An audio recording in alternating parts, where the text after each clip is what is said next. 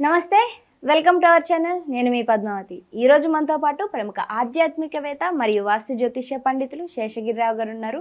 మరి ఆయనతో మాట్లాడి వృషభ రాశి వారికి ఉగాది నుంచి ఉగాది వరకు ఏ విధంగా ఉండబోతుంది అనేది తెలుసుకునే ప్రయత్నం చేద్దాం. మరి మీరు కూడా చూసేయండి. నమస్కారం గురుగారు. గురుగారు, వృషభ రాశి వారికి ఈ నూతన సంవత్సరం ఏదైతే ఉందో శ్రీ విశ్వావసునామ సంవత్సరం సందర్భంగా వృషభ రాశి వారికి ఏ విధంగా ఉండబోతుంది, మరి ముఖ్యంగా చూసుకుంటే ఈ రాశిలో ఉన్న వారందరికీ కూడా విద్య కావచ్చు, ఉద్యోగ, వ్యాపార, వాణిజ్య రంగాలన్నింటిలోనూ కూడా ఉన్నవారందరికీ ఏ విధమైన ఫలితాలు ఇవ్వబోతుంది అంటారు? తప్పకుండా ఏదైనప్పటికీ కూడా మనకి ఏదైతే వృషభ రాశి ఉందో ఇప్పుడు ఇంతకుముందు ఒక మనకి ఉగాదికి ముందు ఉన్న షష్టగ్రహ కూటమి కానీ తర్వాత పంచగ్రహ కూటమి కానీ ఇవన్నీ కూడా వీళ్ళకి చక్కగా లాభస్థానంలో ఏర్పడ్డాయి వృషభ రాశికి. సో గ్రహచారము, గోచారము లేదా అసలు వ్యక్తిగత జాతకంలో కూడా ఎప్పుడూ కూడా లాభస్థానంలో ఉండే ఏ ప్లానెట్ అయినా కూడా ఎక్కువ శాతం మంచి ఫలితాలు ఇవ్వటం అనేది ఉంటుంది. అలాంటి అద్భుతమైన యోగము వృషభ రాశికి వచ్చింది. మొత్తం అన్నీ కూడా ఈ షష్టగ్రహ కూటమి కానీ తర్వాత ఉన్న పంచగ్రహ కూటమి కానీ ఇవన్నీ కూడా లాభస్థానంలో ఉన్నాయి. పైగా ఎవరైతే మరి ఈ రాశికి అధిపతి శుక్రుడు ఆయన కూడా ఓక్షలో ఉన్నాడు ఇప్పుడు ప్రస్తుతం. అందుకని ముఖ్యంగా ఏంటంటే జూలైలోపు ఏవైనా సరే మనకి ఎమర్జెన్సీగా చేయవలసిన పనులు, తర్వాత ఎప్పటి నుంచో వాయిదా వేస్తున్న పనులు, ఇలాంటి వాటన్నిటికీ వీళ్ళు వెంటనే బద్ధకం లేకుండా శ్రీకారం చుట్టడం అనేది చాలా అవసరం. ఎందుకంటే ఇది చాలా మంచి అద్భుతమైన కాలం, దాన్ని వినియోగించుకోవాలి. అది ఎప్పటిదాకా ఉంటుంది అంటే ఇంచుమించు జూలై దాకా ఉంటుంది. సో జూలై దాకా ఉన్నప్పుడు ఏదైనా సరే మనకి త్వరితగతిగా చేయాల్సినవి కానీ, లేదు మనం ఉద్యోగాలు మారాలనుకుంటే మారటం కానీ, విదేశాలకు వెళ్ళాలనుకుంటే విదేశాలకు వెళ్ళటం కానీ, ఇలా ఎప్పటి నుంచో మనం ఆలోచించి వదిలేస్తున్నవి ఏమైనా ఉంటే అది ఖచ్చితంగా మీరు దానికి ప్రణాళిక చేసుకోవచ్చు. చేసుకుంటే విజయం పొందే అవకాశాలు చాలా ఎక్కువ ఉంటాయి. తర్వాత రెండోది వచ్చేప్పటికి ఏంటంటే ఏదైనా సరే ఈ ఆస్తి వ్యవహారాలు ఒక నలుగుతూ రావటం అనేది ఉంటాం. లేదు ఎప్పటి నుంచో మనం ఒక ఇల్లు స్థలము అమ్మకం పెడితే అది కుదరకపోవటం ఏదైనా ఉంటే అలాంటి వాయిదా పడుతున్నవన్నీ కూడా ఖచ్చితంగా ఈ 2-3 నెలల్లో పూర్తవుతాయి. సో ఖచ్చితంగా అమ్ముడవటం అనేది అది కూడా కొంత ఉన్నంతలో కొంత లాభాలతోనే అమ్ముడవటం అనేది కూడా ఉంటుంది. కనుక నేననేది ఏంటంటే ఏదైనా సరే వాళ్ళ జీవితానికి వాళ్ళు ఇప్పుడు ఏదైతే అవసరం అనుకుంటున్నారో అలాంటి వాటిని బద్దకించకుండా ముందుకెళ్ళండి అంటున్నాను. ఖచ్చితంగా విజయ అవకాశాలు ముఖ్యంగా జూలై దాకా ఎక్కువ ఉంటాయి. కనుక జూలైలోపు చాలా మంచి పరిస్థితి అనేది ఉంటుంది. తర్వాత రెండోది వచ్చేప్పటికి ఏంటంటే విద్యార్థులకి కూడా చాలా అద్భుతమైన కాలం. ఇటు ఏదైనా సరే ఇల్లు వదిలి ఎక్కడైనా హాస్టల్లో ఉండి చదువుకోవాలన్నా, లేదు వేరే దేశం వెళ్ళి చదువుకోవాలన్నా, వేరే ప్రాంతం వెళ్ళి చదువుకోవాలన్నా అలాంటి వాళ్ళందరికీ కూడా ఇది చాలా మంచి టైం. తర్వాత రెండోది వచ్చేప్పటికి ఏంటంటే ముఖ్యంగా వైద్య రంగంలో ఉన్న వాళ్ళకి చాలా అద్భుతమైన టైం ఇది. ఎందుకంటే శుక్రుడు, రాహు వీళ్ళందరూ కూడా మంచి లాభంలో ఉన్నారు. ముఖ్యంగా వైద్యానికి రవి కూడా లాభంలో ఉంటాడు. వైద్యానికి ఉపయోగించే ప్రతి ప్లానెట్ కూడా వీళ్ళకి చక్కగా లాభంలో ఉంది. సో అందుకని వైద్య రంగంలో ఉన్న వాళ్ళందరికీ కూడా, అంటే వైద్య రంగంలో ఉండటం అంటే కేవలం వైద్యులే, డాక్టర్లే కాదు, మెడికల్ షాపుల వాళ్ళు ఉన్నారు, వాళ్ళకి కూడా మంచి. సో లేదా వైద్య విద్యార్థులు ఉన్నారు, అలాంటి వాళ్ళకి కూడా మంచి. సో జూనియర్ డాక్టర్లు ఉన్నారు ఎప్పటి నుంచి ఏదో కోరికలతో, వాళ్ళకి కూడా పదోన్నతులు. కనుక వైద్య రంగంలో ఉన్న వాళ్ళందరికీ కూడా చాలా విస్తృతమైన మంచి మార్పులు ఉన్నాయని కూడా మనం చెప్పడానికి ఉంటుంది.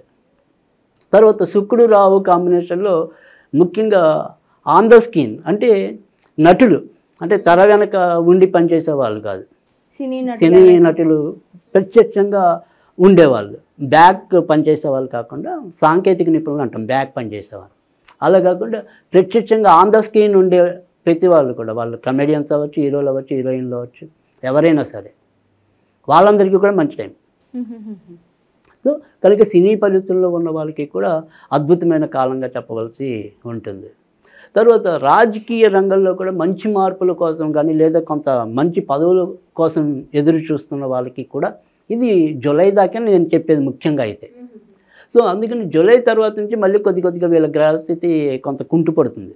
ఓకే. సో మధ్యలో మళ్ళీ జూలై నుంచి ఇంచుమించుగా నవంబర్ దాకా కొద్దిగా ఒడిదుడుకులు ఎక్కువ ఎదుర్కొంటారు. సో అప్పుడే ఈ అవమానాలు ఏదైనా ఎందుకంటే మనం ఆదాయ వ్యయాలతో పోల్చినప్పుడు ఆదాయము పర్వాలేదు బాగానే ఉంది, కానీ రాజ్యపూజ్య అవమానాలు కొద్దిగా అవమానం ఎక్కువ ఉంది. సో ఈ అవమానాలు ఎందుకు ఏర్పడతాయి అంటే కనుక ఇలా బంధువులతో మధ్య మధ్యలో వీళ్ళకి తగాదాలు వస్తూ ఉండటం. తర్వాత ఈ వృత్తి ఉద్యోగాలు అంటే ఉద్యోగాల్లో ఉన్న వాళ్ళకి అక్కడ వీళ్ళ కింద పనిచేసే వాళ్ళు వీళ్ళకి ఏదో రకమైన మచ్చ తేవటం. సో ఈయన టీమ్ మేనేజర్ అనుకోండి, ఆ టీమ్ మేనేజర్ చేతుల్లో నుండి కింద వాళ్ళని సరిగ్గా పని చేయించుకోవడం అనేది మన బాధ్యత. సో ఆ బాధ్యత వీళ్ళు సక్రమంగా ఒక్కోసారి చేయలేకపోవచ్చు. సో దానివల్ల కూడా కొంత ఇబ్బందులు అనేవి ఉంటాయి. కనుక ఏదైనా సరే జూలై నుంచి నవంబర్ మధ్య తాత్కాలికంగా కొంత ఇబ్బందులు ఎదుర్కోవటం అనేది ఉంటుంది. సో జూలై అందుకే నేనేం చెప్తున్నానంటే ఏదైనా సరే మీకు చాలా మంచి పని చేయాలి, ఎప్పటి నుంచో ఇలా నేను ఒక వ్యాపారం విస్తరించడానికి చూస్తున్నాను, లేదా కొత్తగా వ్యాపారం పెట్టడానికి చూస్తున్నాను, నేను ఈ ఊరి నుంచి వేరే ఊరికి స్థాన మార్పు కోసం అన్వేషిస్తున్నాను, అలాంటి వాటన్నిటికీ కూడా జూలైలోపే మీరు ఎంచుకోండి సాధ్యమైనంత వరకు కూడా మన టైం టేబుల్. సో అది మీరు అప్పుడు మీ సక్సెస్ రేట్ అనేది ఎక్కువ ఉంటుంది. సో అందుకని ఆ రకంగా మీరు ఈ చక్కటి కాలాన్ని వినియోగించుకోవటం అనేది చాలా మంచిది. ఇంకా పెళ్ళి కొత్తగా కావాల్సిన వాళ్ళు ఎవరైనా సరే, పెళ్ళి కావాల్సిన వాళ్ళు ఎవరైనా ఉంటే కనుక వాళ్ళకి కూడా ఇది చాలా మంచి టైము. ఇప్పుడు కొద్దిగా గట్టిగా ప్రయత్నించినట్టయితే కనుక వాళ్ళకి కూడా మంచి జరుగుతుంది. ఇక కానీ సంతానానికి మాత్రం కొంతవరకు ఇబ్బంది. అంటే కొత్తగా గర్భం కావాలని కోరుకునే వాళ్ళు, లేత నెలల్లో ఇప్పుడు గర్భాన్ని దాల్చి ఉన్న వాళ్ళకి కొద్దిగా జూన్ దాకా అంత మంచి టైం కాదు. సో ఒక్కోసారి చిన్న చిన్న ఇబ్బందులు ప్రమాదాలు ఏర్పడే పరిస్థితులు అయితే ఉంటాయి. సో కొత్తగా గర్భం కావాలి అన్న లేత నెలల్లో ఉన్న వాళ్ళకైనా కానీ కొద్దిగా జూన్ దాకా అంత మంచి టైం కాదు. సో జూన్ తర్వాత నుంచి మంచిగానే ఉండటం అనేది ఉంటుంది. సో భార్యాభర్తల మధ్య చిన్న చిన్న విభేదాలు వచ్చినా చాలా తొందరగా మళ్ళీ కలిసిపోవటం అనేది ఉంటుంది. తర్వాత మరి యువ దంపతులు అయితే కనుక ఖచ్చితంగా వీళ్ళు ఉల్లాసకరమైన యాత్రలు చాలా చేయగలుగుతారు. తర్వాత ఒకవేళ ఇన్ కేసు ఇదే రాశిలో పుట్టిన పెద్దవాళ్ళు ఉంటారు కదా, వాళ్ళు ఏదైనా సరే పుణ్యక్షేత్రాలు అలాంటివి సందర్శించాలన్నా కూడా ఖచ్చితంగా సాధ్యమవుతుంది. సో అందుకని ఎలా చూసుకున్నప్పటికీ కూడా అదేదో అంటాం కదా, చేసుకున్న వాళ్ళకి చేసుకున్నంత అని. సో అలాంటి పరిస్థితి, అద్భుతమైన పరిస్థితి ఇప్పుడు మనకి ఈ వృషభ రాశి వాళ్ళకి ఉంది. సో వృషభ రాశి వాళ్ళకి ఇంకా సరే ఇప్పుడు ఉన్నంతలో మనం మంచి చెప్పాం. ఈ మంచి అనేది మరింత పెరగటం కోసం ఏంటంటే ఈ ఏడాది అంతా కూడా వీరు దుర్గాదేవికి సంబంధించిన పూజలు చేసుకుంటూ వస్తే వాళ్ళకి ఇంకా మంచి పరిస్థితి వస్తుంది. ఎందుకంటే లాభంలో రాహు ఉంటాడు కాబట్టి అప్పుడప్పుడు ఏడిపిస్తూ ఉంటాడు ఆయన. సో రాహు దుర్గాదేవి కంట్రోల్లో ఉంటున్నాడు కాబట్టి మనం దుర్గాదేవికి సంబంధించిన పూజలు చేసుకుంటూ ఉంటాం. తర్వాత మంగళవారము శుక్రవారం అప్పుడప్పుడు కొద్దిగా తేనె ఏదైనా సరే చెట్టు లేదా మొక్క మొదల్లో వేయటం వల్ల కూడా ఈ రాహు ఉండే దుష్ప్రభావాల నుంచి మనం తగ్గించుకోవడానికి ఉంటుంది. ఆ రకంగా వృషభ రాశి వాళ్ళు జాగ్రత్త పడితే ఉన్నంతలో ఈ ఏడాది బాగున్న రాశుల్లో వృషభ రాశి ఒకటి. గురువుగారు చాలా చక్కగా వివరించారు. అయితే వృషభ రాశి వారికి ఏ విధంగా ఉండబోతుందో చెప్పడంతో పాటు తగిన పరిహారాలు కూడా ఎటువంటి జాగ్రత్తలు తీసుకోవడం వల్ల, పరిహారాలు చేయడం వల్ల ఇంకొంచెం మంచి జరిగే అవకాశాలు ఉన్నాయని చాలా చక్కగా వివరించారు. మరి ఇంత చక్కటి అవకాశాన్ని మా కోసం అందించినందుకు మీకు కూడా ధన్యవాదాలు గురువుగారు.